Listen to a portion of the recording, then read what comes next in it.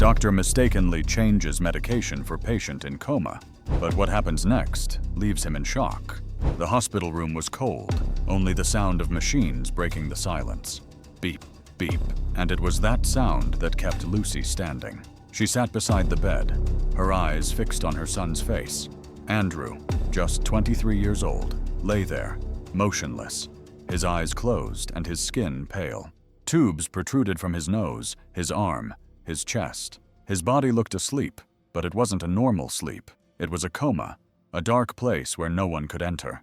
Lucy squeezed his hand tightly, as if the warmth of her touch could bring him back. "I'm here, my son. Mommy is here," she whispered, not knowing if he could hear her, but feeling she had to speak. Her eyes were swollen and tired. She hadn't slept in 2 days, hadn't eaten well, didn't want to move from there for a second. Around her, the nurses walked silently. The doctors came and went with clipboards in their hands. No one spoke loudly. It was as if the entire hospital respected that pain. The intensive care unit was filled with waiting, doubts, hidden hopes. Lucy ran her fingers through his hair, smoothed the sheet, wiped his mouth with a damp cloth. "You're going to come back, my love. You are. I know it." And when her voice failed her, she just closed her eyes and let the tears fall slowly, without crying, without despair, just sadness. For a moment, she rested her head on the bed and listened to the sound of the machine. Beep, beep, beep. Each sound was like a breath of life. She clung to that cold noise that somehow said his heart was still beating. It was hard to believe that 2 days ago everything was fine. He left the house smiling, and now he was there, between life and something no one can explain. Lucy no longer knew what to feel. It was fear, it was pain, it was love that squeezed her chest. It was as if the world had stopped in that room. Suddenly she leaned over.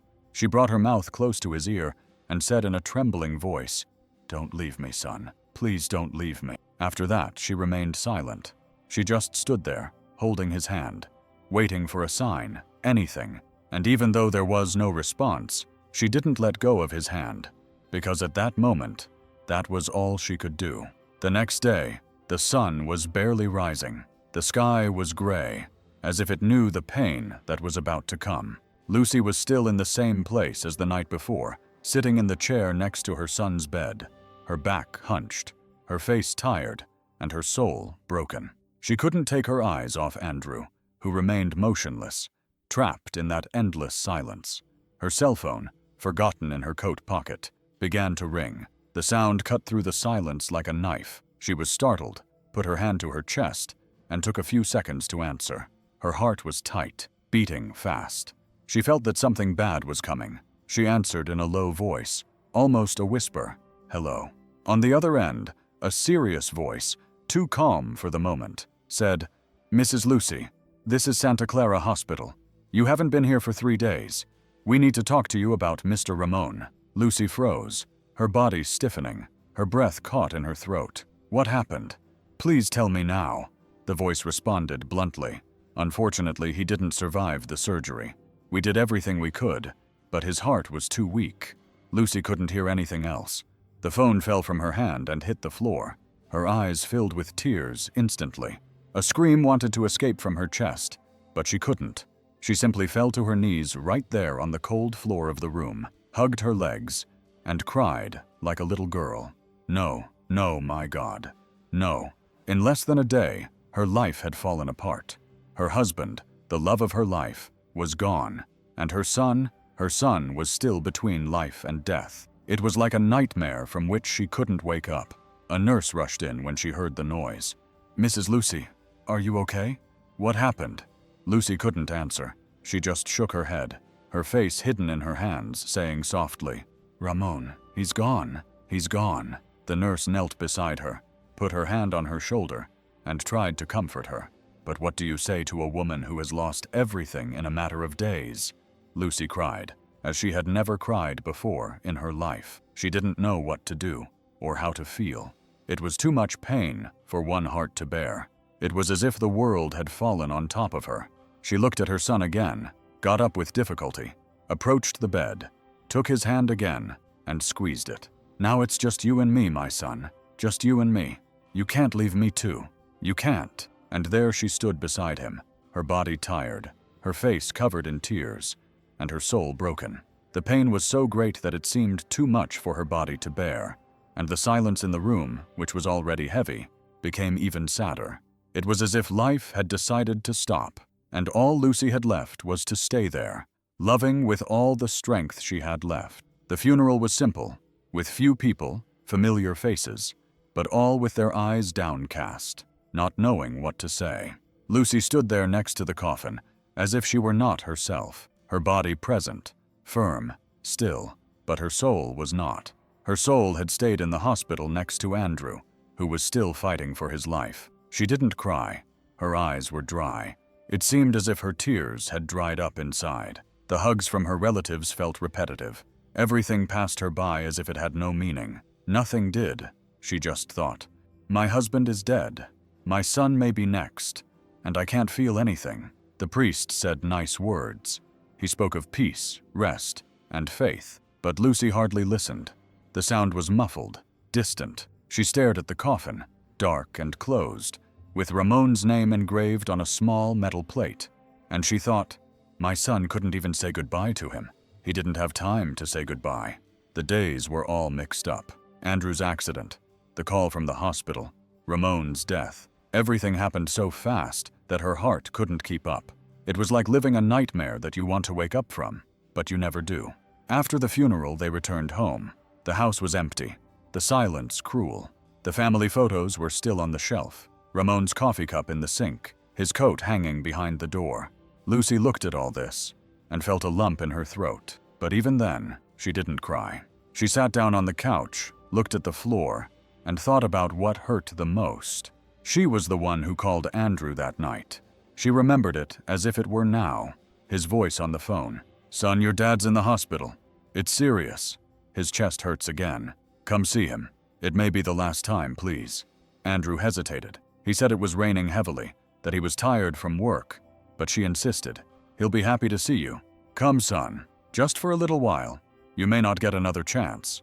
And he went, took the car in the rain, and didn't make it. Lucy covered her face with her hands, closed her eyes, and whispered, "It was my fault. I was the one who called him. It was me."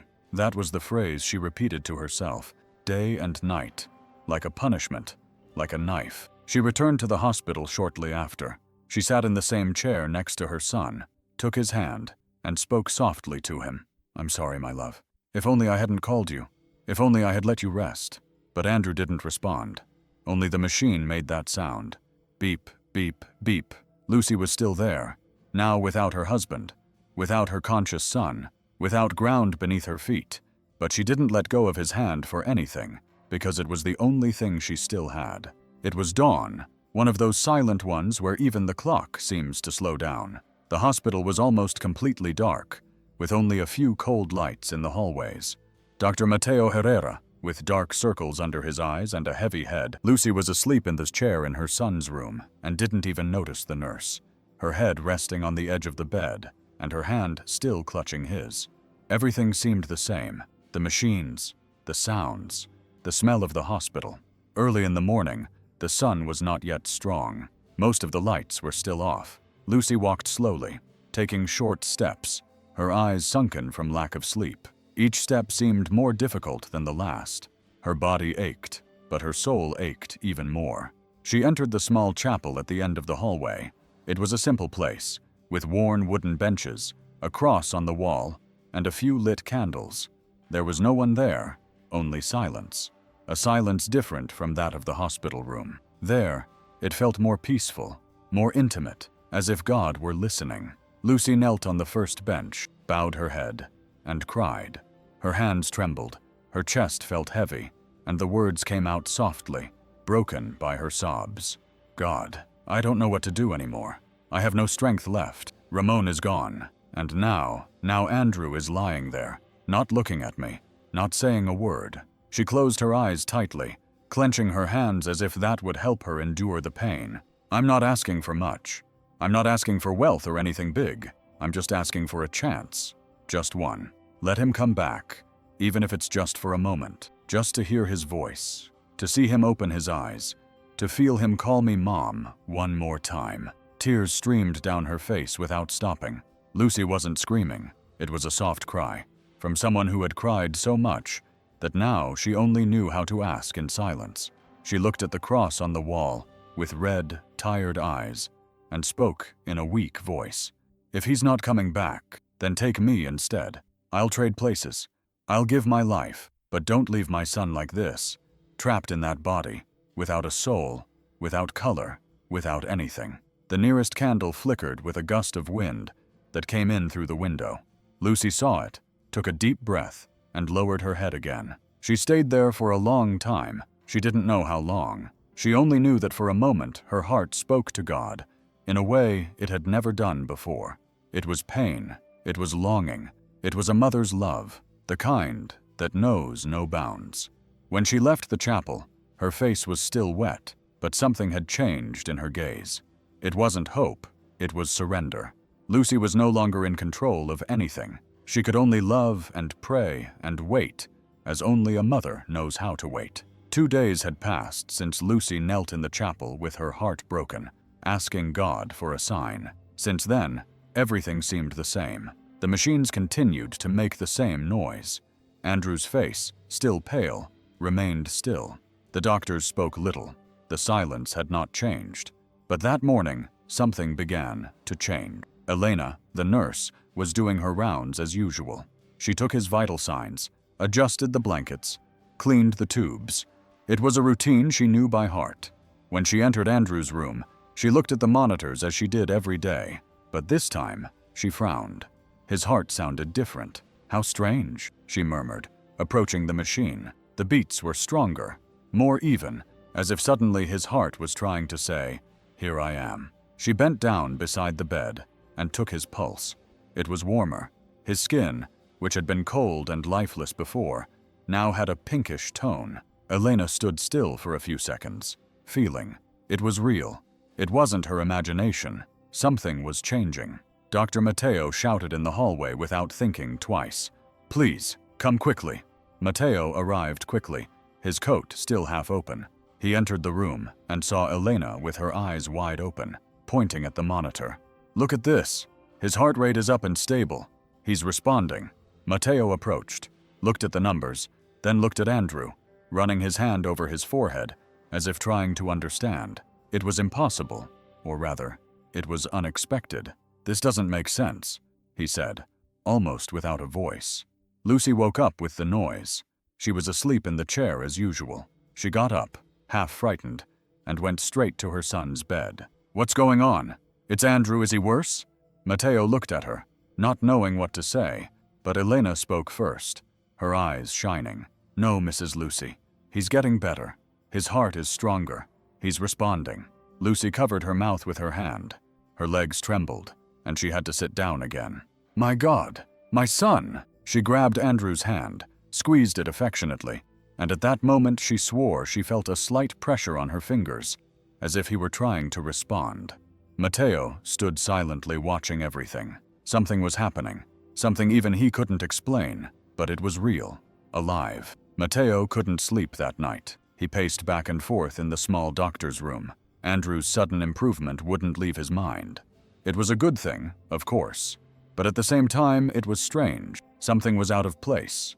With a sweaty forehead and a racing heart, he returned to the file room. He sat down at the computer, took a deep breath, and began reviewing all the records from the last few days, line by line, medicine by medicine. He was determined to understand what had happened, and that's when he saw it. The name, the room number, the date. Everything was wrong. "No," he whispered, putting his hand to his mouth. "I mixed up the rooms." The silence in the room felt heavier. His chest tightened. Matteo leaned back in his chair, closed his eyes for a moment, and let out a sad sigh. He knew what that meant. The change was not small. The medication they gave Andrew was not for his condition. It wasn't the correct protocol. It was a serious change, a mistake that could have killed someone. The first thing he thought of was Lucy, her face when she heard that her son was getting better, her hands holding him so lovingly. And now this, a mistake, an oversight, something that could have cost Andrew his life if it had gone wrong. Matteo stood there staring at the screen. He knew he had to say it. He knew he had to accept it. He got up, straightened his coat, and walked through the hospital corridor, with a steady gait, but with a broken heart. He entered the medical director's office, knocked on the door, and got straight to the point. I need to report a mistake I made. I mixed up the medication for a patient in a coma and gave him the protocol for another room. The hospital director looked at him seriously, saying nothing at first. Then he wrote everything down and asked for details. Matteo explained everything, hiding nothing and making no excuses. I was tired, yes, but that doesn't take away my responsibility. It was my mistake, and I accept any consequences. As he left the office, he felt his legs trembling. He sat down on a bench in the hallway, ran his hands over his face, and remained there in silence, his head full, his heart heavy. Even though the mistake had resulted in an improvement, it was still a mistake, and he knew it. The next morning, everything in the hospital seemed the same hallways, the same sounds. But in Andrew's room, Lucy was still there, as usual. She was sitting with her forehead resting on the bed. When she felt it, she first thought it was her imagination, but then she got up slowly. She looked at Andrew's hand and felt it again. A squeeze, weak but real, as if he were trying to grab her hand, too. Lucy called out to him, almost without a voice. "My son, is that you?" Her heart began to beat very fast. She called the nurse, who came running. In a few minutes, the room was filled. Doctors, monitors, surprised faces, and uncertainty in the air. It was really happening. They ran tests, checked his vital signs, and the numbers began to tell a new story. His heart was stronger, and the muscles in his hand had made small movements. These weren't normal reflexes. It was something else, something no one expected. They called Matteo, who entered the room with a serious look on his face, his heart beating faster. When he saw the tests in the nurse's hands, he stopped. "This is good," she just nodded. He wanted to discover what no one else had noticed, and it was then, in a genetic test from weeks earlier, well hidden in the system, that he saw a strange piece of data, an unusual marker, something that almost never appears, something that had gone unnoticed by everyone in the midst of the routine. Matteo opened his eyes wide, enlarged the screen, and read it again to be sure. Then he compared it to the components of the new medication he had mistakenly administered. His heart began to beat faster. "My God," he whispered, almost without a voice. That new medication, the one he had administered thinking it was for another patient, was exactly what was needed to treat the type of cellular problem that this marker indicated. It was as if a piece of the puzzle had fallen into place without anyone planning it. He jumped up. He began pacing back and forth. He ran his hands through his hair, over his face. He was in shock. This couldn't be just a coincidence. I made a mistake. Yes, but this mistake saved the boy, he said quietly, still not believing it. He ran to the director's office, called a meeting with the team, showed them the studies, explained everything. "This marker here is almost impossible to recognize as dangerous, but it affects important brain functions. The new drug has a substance that unintentionally attacks just that. Andrew had this problem before the accident, and no one had seen it." The doctors around him were silent for a moment. Then they began to talk quietly among themselves. It was a lot of information, hard to believe, but the studies were there, and Andrew's condition was improving. What else could they say? Matteo, his voice still breaking, said, "It was a mistake." Yes, but maybe, just maybe, this mistake was the only chance he had at that moment. It was no longer just science. It was life. It was something bigger than any explanation. It was as if, in the midst of the chaos, an invisible hand had guided everything, even if it was down the wrong path, even if it wasn't on purpose. And there, in that small room full of papers, what had once been blame began to change. It was still difficult to accept, but deep down, a new hope was being born, and it had Andrew's name. Lucy, exhausted, still held Andrew's hand. She no longer knew if it was day or night. She only knew that she had to be there, even if there were no answers, even if there were no guarantees. From time to time, She closed her eyes and remembered his smiling face. She remembered how he called her mom, his voice around the house, the laughter in the living room. All of that now seemed very far away, but she didn't let hope die. That hope was what kept her going. That morning, something different happened. Lucy was carefully cleaning her son's face when she saw something that made her stop. His eyes, closed for many days, were wet. At first she thought it was her imagination. She slowly brought her face closer, but no, it wasn't her imagination. It was a tear falling slowly, silently, from the corner of Andrew's eye. She jumped up, covered her mouth with her hand, and cried, "Andrew, my love, can you hear me? Can you feel me?" Her heart was beating so hard it felt like it was going to burst out of her chest. She ran down the hall shouting, "Nurse, someone come quickly, please! He's crying! He's crying!" Elena was the first to enter. Matteo arrived right behind her. They both stood by the bed, looking into Andrew's eyes. And then, as if in direct response to his mother's call, his fingers moved. First one, then two. Small movements, but enough to change everything. Lucy fell to her knees beside the bed. She cried and laughed at the same time. With her hands over her face, she repeated over and over, "My boy is here. He's here. My God. Thank you. Thank you." Matteo approached, placed his fingers on the boy's wrist, then on his arm. He confirmed the movements. The signs were there. Andrew was coming back. His senses were slowly awakening, as if he were emerging from a very long sleep. The room, which had felt so cold before, was now filled with emotion. Even the doctors, accustomed to pain and loss, had tears in their eyes. Because seeing a mother reunited with her son like this after so much suffering would touch anyone. Lucy leaned over his chest and spoke softly to him. "Come back, my son. Come back to me. Mommy is here, and she will be with you forever." The atmosphere in the hospital had changed. It was as if the air were lighter. The nurses walked through the hallways, whispering. The doctors looked at each other discreetly, and even the patients sensed that something different had happened. Andrew's story was spreading. It started with Nurse Elena telling a colleague, who told another, and soon everyone knew. A young man in a coma had begun to respond, and what's more, the improvement had come right after a change in medication, a change that was unplanned, a mistake. People spoke softly but excitedly. Some said it was a miracle, others said it was luck, but no one could ignore the facts. Andrew was coming back to life, and it had all started after that unexpected change. Matteo walked through the hallways with his head down, feeling the weight on his shoulders and his heart tightening.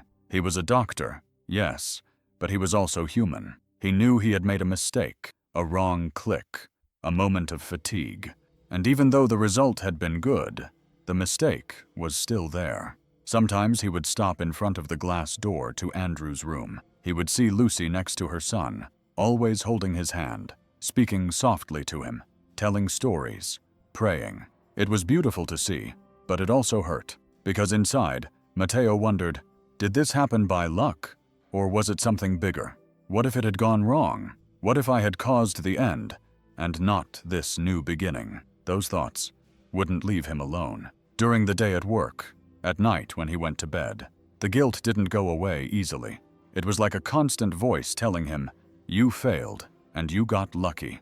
But one day a cleaning lady stopped him in the hallway, looked at him kindly, grabbed his arm and said, "Doctor, I heard what happened to the child. Some people make mistakes and hide, but you made a mistake, and you stayed. You continued to care for him, and maybe it was God who used your hands at that moment. Who knows, right?" Matteo didn't answer. He just smiled a little, but those words stayed with him. They didn't erase the guilt, but they brought a little peace. Deep down, no one knew for sure what had really happened. Was it a mistake, a miracle, or a mixture of the two? But one thing was certain. In the midst of chaos, pain, and fear, life decided to return, and no one could explain it, only feel it. The room was quiet, with soft light coming in through the window. The sound of the machines remained constant, like a song of hope. Lucy, as always, was there, sitting by the bed, combing her son's hair with her fingers, telling stories of when he was a child, talking about the day he learned to ride a bike, his first goal on the school team. Even though he didn't respond, she talked. She always talked, because deep down, She believed he was listening. Andrew, lying down, was already moving his fingers a little, sometimes blinking slowly. But that day, something stronger happened. Lucy was holding his hand. That's when she heard him. Soft, almost a whisper. "Of course, Dad." She froze. Her eyes opened wide. She stood still for a few seconds, then slowly approached him, tears beginning to fall. "Did you talk to me?" she asked, her voice trembling. "Say it again, my love. Say it again, please." And with effort, he repeated, "Dad." That's when Lucy felt the ground disappear beneath her feet. She fell to her knees beside the bed and cried like never before. It was a loud, real cry, the kind that comes from the soul. Lucy hugged her son's arm, kissed his hand 1,000 times, and said between sobs, "My son, my boy, you came back to me." The door to the room was ajar, and the doctors passing by heard him. Elena hurried in first. Matteo arrived immediately. When they saw Lucy, "I accept whatever is necessary." The hospital director, an experienced older man, read silently. After a few minutes, he looked up and spoke firmly. "Dr. Matteo, we appreciate your honesty in reporting the mistake as soon as it happened. Yesterday we analyzed everything, every factor, the patient's improvement, your discovery of the disease. But this is serious. A mistake like this in your position, there's not much I can do. We're going to take the case to the ethics committee. Until then, you're suspended." Matteo just nodded. He didn't try to argue. He didn't ask for understanding. He just left the office with a heavy but clear conscience. But the news didn't stay within those walls. Someone told someone else. A rumor became conversation, and soon the press was at the hospital door. A reporter spoke to an employee who spoke to another, and in no time the story was all over the internet, on social media, on television programs. The doctor who saved by mistake. Some called it a miracle, others irresponsibility, but no one ignored what had happened. A young man in a coma was alive, talking, moving because of the wrong medication. The cameras began to appear. People left letters at the hospital entrance. Some criticized. Others thanked him. They said he was human, and that only those who had never made mistakes could judge him. Matteo, at home, far from the hospital, watched everything from afar. He didn't give interviews. He didn't make excuses. He just watched the news and thought about Andrew and Lucy's tears. He thought about everything he had almost lost and what he had recovered. Even though he was suspended, even though he was isolated, he knew he had done the right thing by telling the truth. And even if the world judged him, he preferred to live with the weight of guilt than with a lie hidden in his heart. Lucy sat on a wooden bench in the hospital garden, staring at the flowers. Andrew, though still weak, could now open his eyes, recognize voices, and move his arms with more strength. It was like watching her son being born all over again. And all of that had only been possible because of a mistake. A mistake that, incredible as it may seem, saved his life. In the last few days, Lucy had heard the whispers. People criticizing the doctor, people judging him, people pointing at him as if Matteo were just the mistake he made, and not the man who spent sleepless nights crying, caring, facing his failure with courage. When the reporters arrived, they asked her for a few words. At first she hesitated, but then she looked at her sleeping son in the room and understood that she had to speak for him and for those who deserved it. She sat down in front of the camera, smoothed her hair, and took a deep breath. The reporter asked the question, "Do you have anything to say about Dr. Matteo, the doctor who administered the wrong medication?" Lucy didn't think twice, looked straight into the lens, and replied in a firm voice, "Yes, I do. I want to say that he was the one who saved my son." The reporter was surprised. Despite the mistake, Lucy nodded, and her eyes filled with tears. Even so, it was through that mistake that God used his hands, because he could have hidden it, he could have run away, but he didn't. He stayed. He faced everything. He was by our side. He was the one who came into the room every day to see if my child was responding. He was the one who looked at me with his heart in his hand, asking for forgiveness, even when it wasn't necessary. She paused, wiped her tears with the handkerchief she always carried in her pocket, and continued. That's not called a mistake. It's called humanity. It's called dedication. It's called love for what you do. I've never seen such a humane doctor in my life, and if Andrew is breathing today, moving his hands, saying words, it's because this man didn't give up on him or on the truth. The video aired that same day. It went viral. People from all over the country shared it, sent messages, wrote letters. Many began to see Matteo in a different light, as a real man who fell but got back up, who failed but had the courage to accept it, and who, above all, did what any human being would do for love, try to fix it with his heart. And in that moment, with Lucy's words echoing everywhere, the mistake became something else. It became hope. It became forgiveness. It became faith. The days passed, and Matteo remained away from the hospital. He no longer wore his coat, no longer entered the wards, staying at home quietly trying to deal with everything that had happened. It was a cloudy afternoon when he heard the doorbell ring. When he opened the door, he found a mailman holding a large box in his hands. "Dr. Matteo?" the man asked. "Yes, that's me. This is for you. There are more that will arrive in the next few days." Matteo thanked him and took the box to the living room table. He opened it carefully, thinking it was some hospital material. But when he removed the lid, he saw what it really was. Letters, dozens of them, all handwritten, envelopes of different colors, some with shaky handwriting, others well-written, some with drawings, others with just simple words. He took the first one and read aloud, "My name is Marta. My husband died in a hospital 3 years ago. I never had the courage to thank the doctors who tried everything. You reminded me that not every mistake is the end. Thank you for being human." He picked up another one. "I am the father of a child who has been in a coma for 2 months. After hearing your story, I went back to visit my son every day. Now I hold his hand, like Mrs. Lucy did. I have hope again. Thank you." And another one. "Dr. Matteo, I am just a grandmother who saw her grandson leave, but when I heard your story, I felt that pain can become strength. You made me cry, but you also made me believe again." Matteo brought his hands to his face. His eyes filled with tears, and he cried. He cried with a clean heart, like someone who lets go of a weight after a long time. He spent the rest of the afternoon reading them one by one. Letters from mothers, fathers, children, letters from ordinary people, people who had suffered, people with pain in their hearts, but who now found comfort in the words. Some came with photos, others with children's drawings saying, "Thank you, doctor." He kept each one carefully. He read some more than once, and with each new letter, the guilt he felt inside gave way to something else. Gratitude.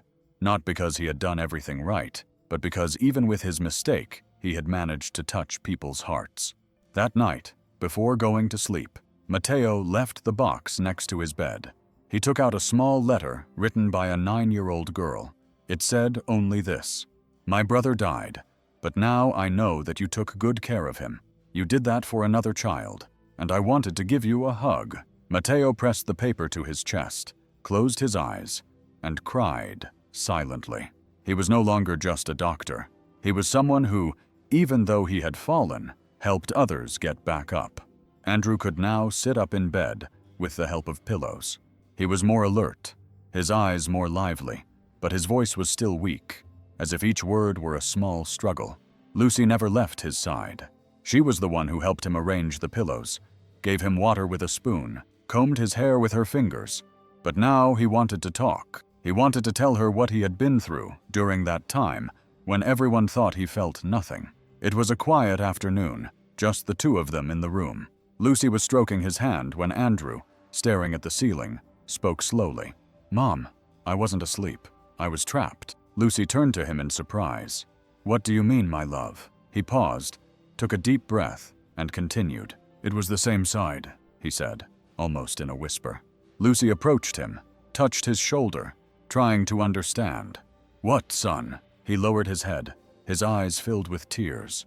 "In the accident, it was that side that hit the dashboard. Now I remember.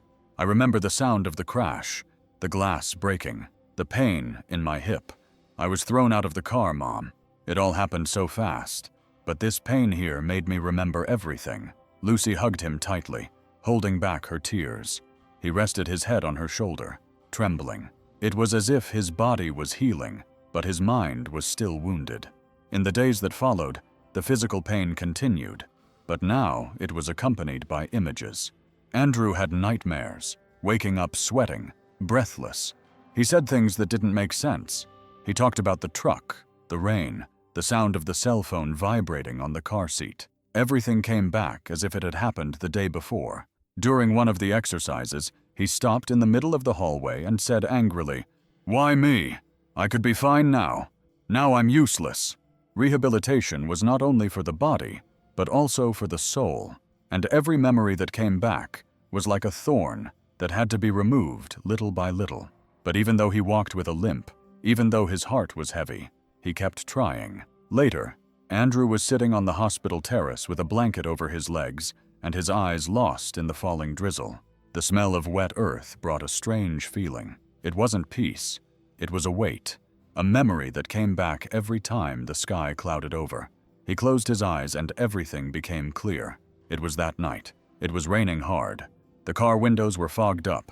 The windshield wipers were barely working. His heart was racing, his hands sweaty on the steering wheel. His mother had called a few hours earlier, distraught. "Andrew, your dad isn't well. Come, son. His chest hurts. He needs to see you." Even though he was tired from work, even though the sky was falling outside, he didn't think twice. "I'm coming, Mom. Wait for me." He remembered the way, the blurry streetlights, his mother calling out several times, asking why it was taking so long, the sound of horns when he saw the truck running the red light at the last second. There was no time for anything. The impact, the glass shattering, his body being thrown with force, the darkness. He opened his eyes again on the terrace, his hands shaking, and along with the memory came the pain in his hip and a lump in his throat. Later, in the bedroom, while Lucy was folding her son's clothes, he felt a twinge in his chest. He waited for the nurse to leave, then looked straight at Lucy.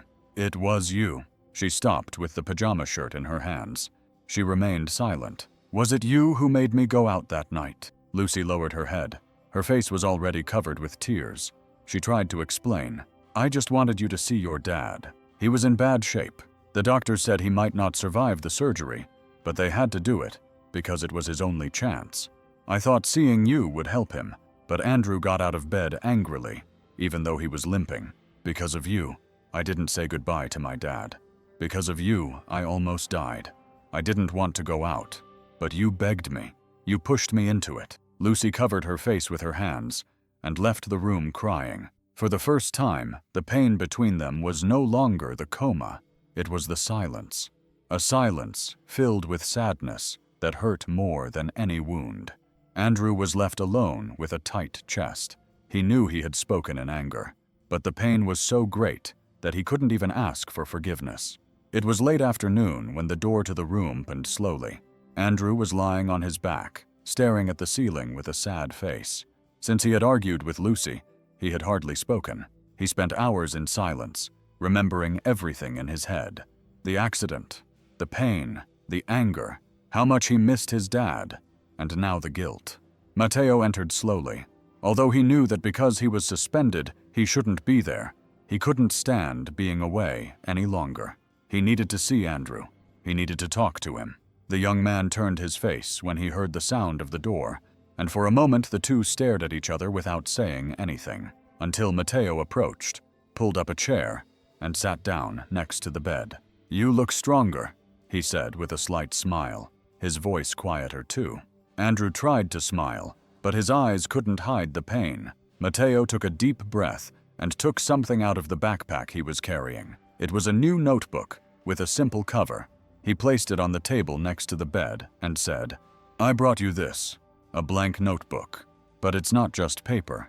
It's a space for you to put everything you have inside. Write, Andrew. Write down what you feel, what you remember, what hurts, even if no one reads it, even if only you understand it." Andrew looked at the notebook for a few seconds, then looked into Matteo's eyes. "What for? What will it change?" Matteo leaned forward slightly, his voice firm but gentle. It will change you. It will take away that weight you're carrying. You came back from the brink of death. There's something in there that needs to come out. Words, memories, questions, even those that have no answers. Don't let that rot in your chest." He paused, put his hand on the boy's shoulder, and said, "You have a gift that no one else has. You saw life from another place. Use that. Don't let it go to waste." Andrew looked down, touched the cover of the notebook with his fingers, felt the texture of the paper, and in that moment, without saying a word, he understood that this was not just an object, it was a new beginning. Matteo got up, ready to leave, but before he left, he turned and said, "The pain doesn't go away, but when we put it on paper, it transforms. I believe in you." And he left, leaving the room in silence. Andrew stood there staring at the notebook. Then he opened it to the first page, grabbed the pen that was on the table, and wrote just one sentence. But it was all he needed to get started. "I came back, but I left pieces of myself along the way." The nights were long again for Andrew, but now for a different reason. It was no longer the pain in his body or the nightmares that woke him up. Now it was the desire to write, to get out everything he had kept inside during the days in a coma and the days that followed, when he felt like the whole world was falling on top of him. The notebook Matteo gave him was now always by his bedside. He wrote in the early hours of the morning. He wrote after physical therapy. He wrote while Lucy slept in the chair. He wrote with anger, with nostalgia, with love. He wrote crying and sometimes smiling. He wrote about the moment of the accident, about the smell of rain, the sound of glass breaking, the feeling that his body was flying aimlessly. He wrote about the darkness, about time standing still, about the scream that wouldn't come out, about his mother's hand squeezing his when he needed it most. He wrote, "I heard your voice, even though I was in the dark, Mom. I heard you praying, and even though I couldn't open my eyes, that kept me here," he wrote. "I was afraid of not coming back, afraid of coming back and not being the same, afraid of losing you without being able to say goodbye." He wrote about his dad, about the hug he didn't give, about the guilt that suffocated him every day. But he also wrote about gratitude for the opportunity to live, for the doctor who made a mistake and got it right, for the mom who never let go of his hand. Each page he filled was a relief. Each word was like a band-aid for the soul. Little by little, what was pain became strength. What was fear became courage. What was silence was now a voice. And then the notebook became more than a diary. It became a story. Andrew began to write more carefully, more clearly, as if he already— "And even though I didn't see you for the last time, I felt you with me. When I was between life and death, I felt it, and I know you helped me come back." He stopped writing, closed his eyes, and took a deep breath. Then he opened the notebook and read everything aloud, his voice breaking, but full of love. Outside, Lucy was coming down the hall with a glass of water in her hands. Hearing her son's voice, she stopped in front of the door, and when she heard, "Forgive me for not arriving on time, Dad," she couldn't take another step. The hand holding the glass was shaking. The other went straight to her mouth as she tried to hold back the tears, but she couldn't.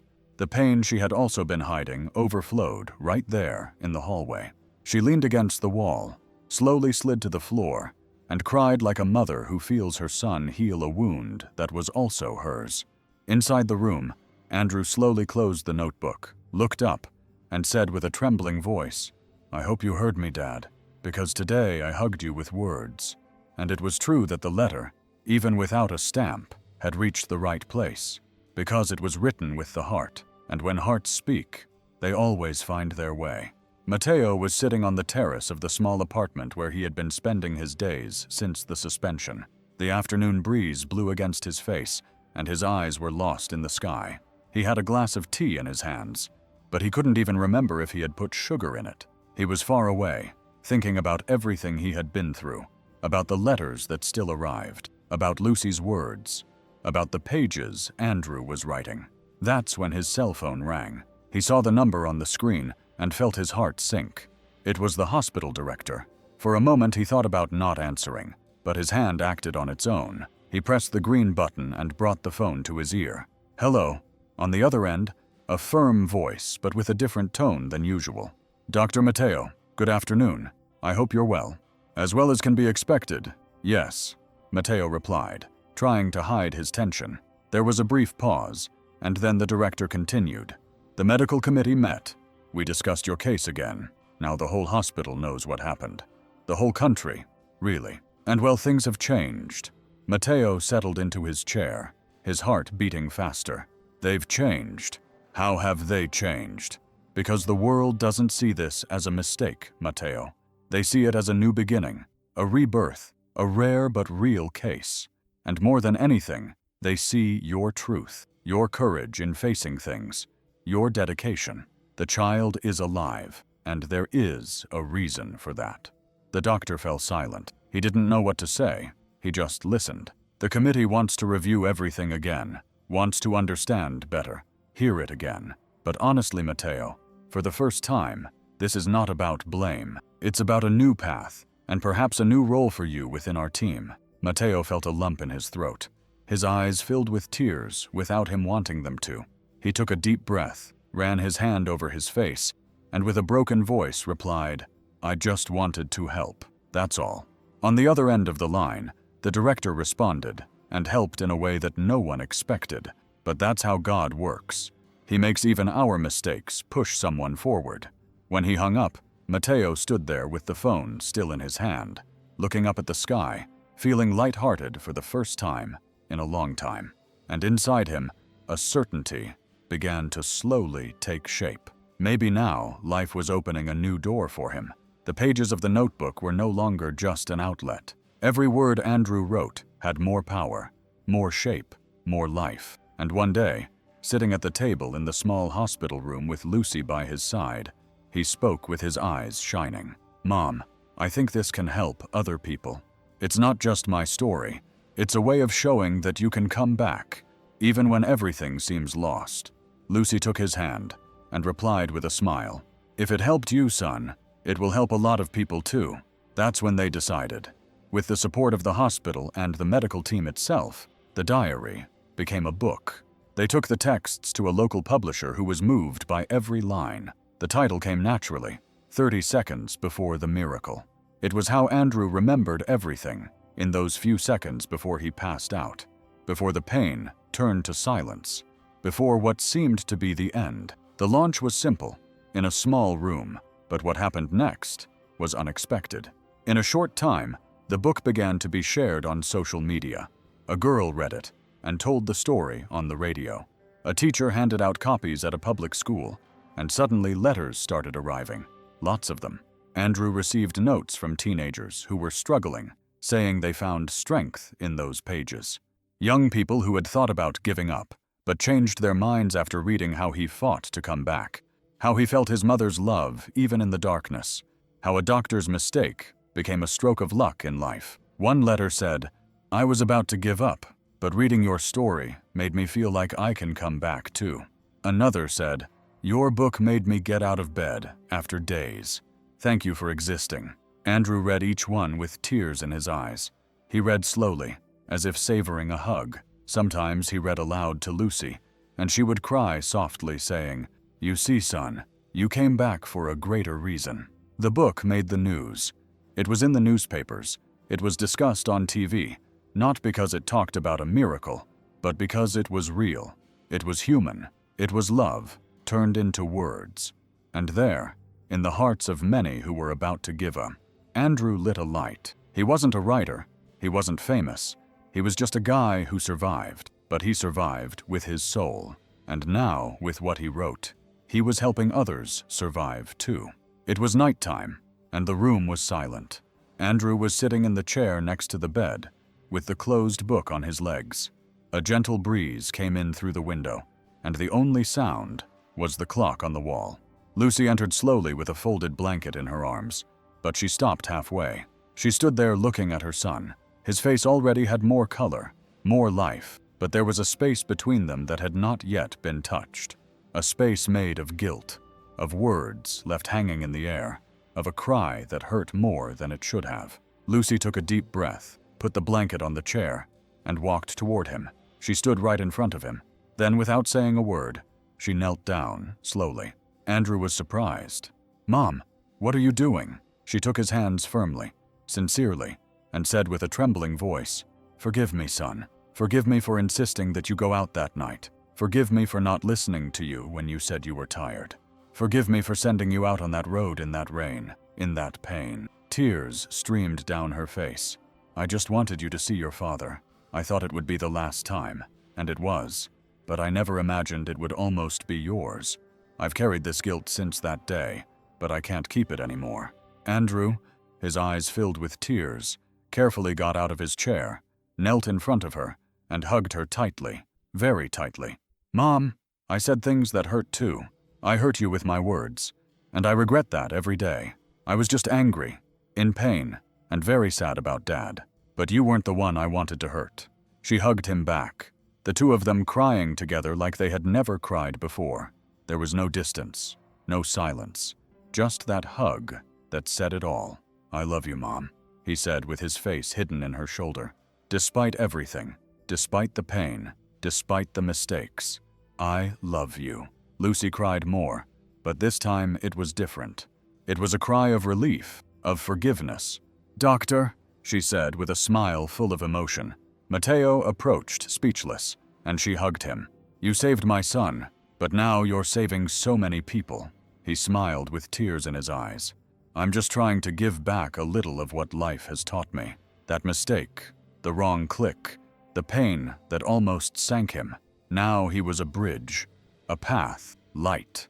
Lucy was returning to the hospital no longer as a patient's mother, but as someone who had survived the deepest pain and still chose to love. After all she had been through, she felt in her heart that she needed to be close to those who were still in darkness, because she knew that silence. She knew what it was like to sit in a chair next to a bed and wait day after day for a sign, for a glance, for a handshake. She started slowly, with a visit here and there. She spoke little, listened a lot. Sometimes she would just walk into the room, take the hand of the mother who was crying, and say with her eyes, "I know what you're feeling." Lucy walked the halls of the ICU as if each step were a prayer.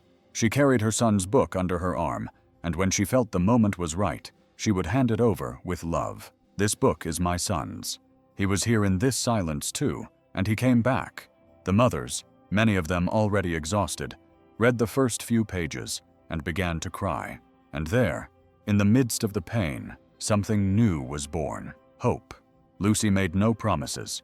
She didn't say that everything would be all right. What she offered was her presence, her embrace, her truth. "I know you're tired. I know it seems like God has forgotten, but He doesn't forget. He acts in silence. Sometimes, even in a mistake, He makes a miracle happen." During one of those visits, a mother hugged Lucy so tightly that she could hardly let go. She was a small, thin woman, with eyes sunken from crying so much. "I was giving up," she said. "But after hearing your story, I started talking to my son again.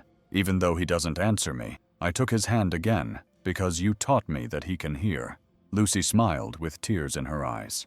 "Yes, he hears and feels your love." Little by little, Lucy's name began to be known among the families of the ICU, not as someone important, but as someone who understood, who carried pain and comfort in her heart. She became the hug that many mothers needed when they were about to fall.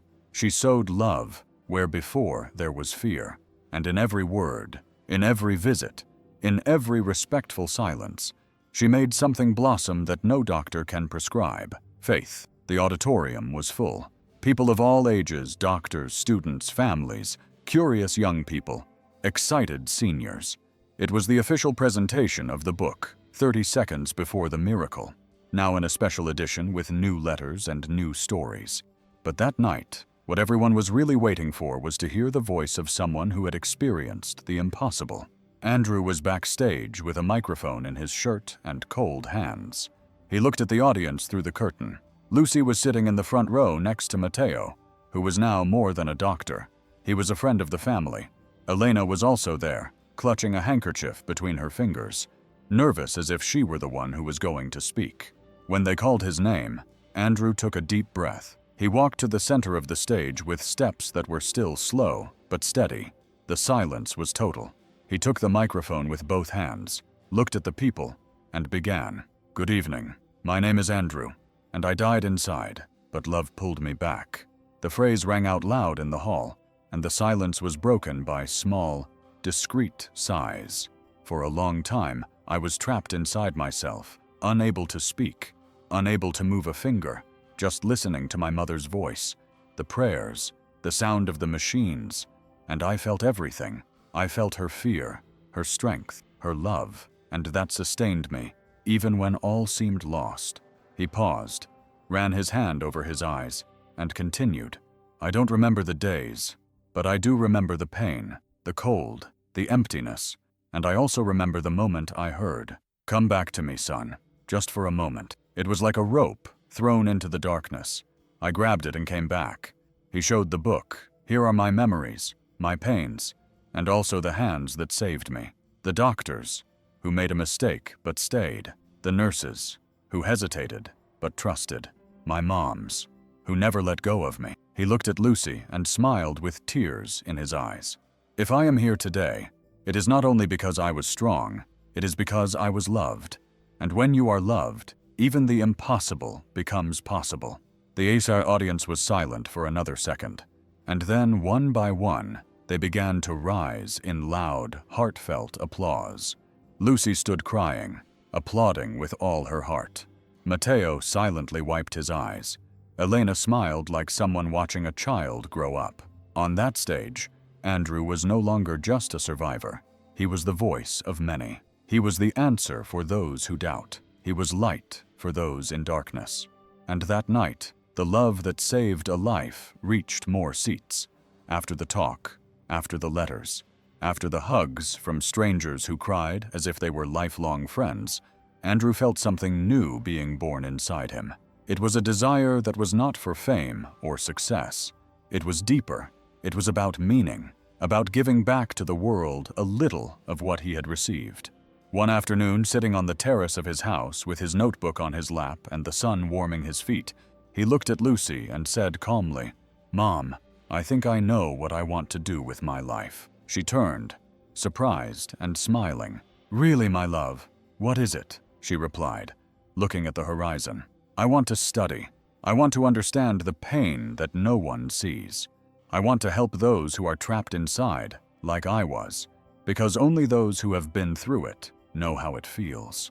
Lucy was silent for a moment. Then she put her hand on her chest excitedly and said softly, "You're going to be the best, because you didn't learn from books. You learned with your soul." Andrew smiled, and in that smile there was peace.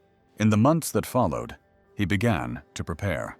He studied in the afternoon and read at night. He entered college with the same notebook where he wrote everything down. He carried it as a symbol, as a reminder of where he came from.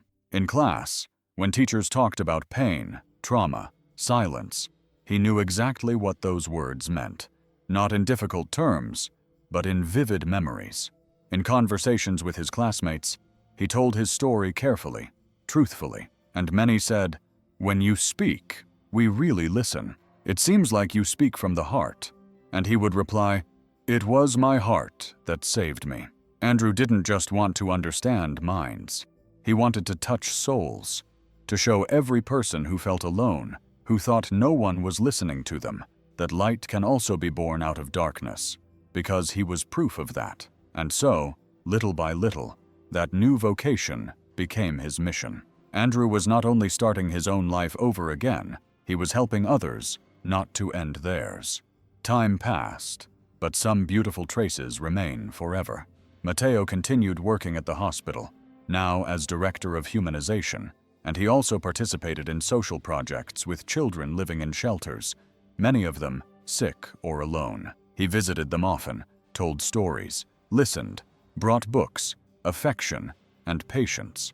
On one of those visits, he saw a boy sitting in a corner of the room, looking out the window in silence. His name was Santiago. He was 7 years old and had a sad look in his eyes, the kind that says more than any words could. Matteo sat down next to him. "Hello, Santiago. Is everything okay?" The boy just shrugged, but it wasn't because he was rude. It was just, in a short time, the book was translated into other languages: English, French, Italian, and each translation carried the same essence, a heart that beat again, not only because of medicine, but because of love, because of gestures, because of the courage not to give up. Messages arrived from faraway places. A father in Argentina said he read the entire book in one early morning and decided to visit his daughter in a coma again. A woman in Italy, a widow and depressed, said she smiled again after reading Andrew's words. A group of young people in Portugal started a book club just to talk about the book and ended up writing letters of support to patients in hospitals. His words had crossed borders, healing pains he didn't even know about. But all those pains were somehow similar to his own. Lucy watched all this with tears in her eyes. Sometimes she would hug the book to her chest and say in a low voice, "This book saved my son, and now it's saving so many people."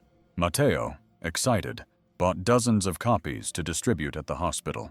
Elena read bits and pieces aloud to unconscious patients, and Andrew continued to write quietly, calmly, with soul.